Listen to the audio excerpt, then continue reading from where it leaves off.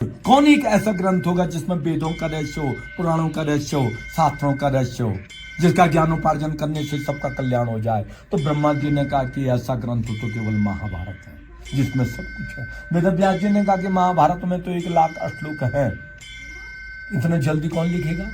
कौन द्वाभ्याम अस्ताभ्याम भी लिखा, कौन दोनों हाथों से लिखेगा? तो ब्रह्मा जी ने कहा कि ऐसे माहिर तो गणेश जी हैं।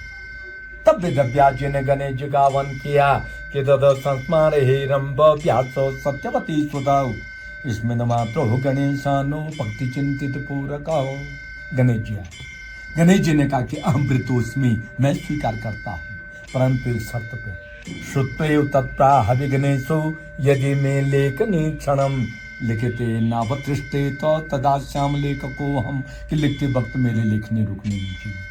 रुक गई तो आगे नहीं चलेगी, आज आप बोलना बंद नहीं करना। तो वेद व्यास जी ने कहा कि मेरी भी शर्त रहेगी, मैं भी जिस श्लोक को कहूंगा आप भी सोच और समझ के लिखना। यहां से वेद व्यास जी महाभारत बोले, नीचे गणेश जी लिखे। महाभारत के बाद आत्म संतुष्टि नहीं मिली, नारद जी आए। वेद व्यास जी ने कहा कि नारद, मैंने तो सारे ग्रंथों का लेखन किया, तब भी यो चित्त जो शांत नहीं हो रहा है।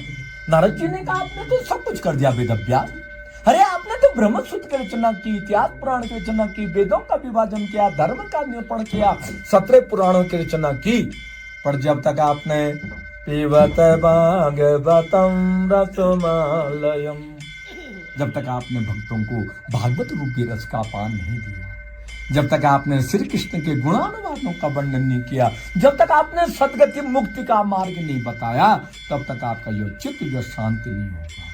तो अंत में वेद व्यास जी ने नरनारायण भगवान को प्रणाम किया, मां सरस्वती की वंदना की और इस पुण्य धाम पे बैठ करके 18वां पुराण श्रीमद् भागवत महापुराण की रचना की थी।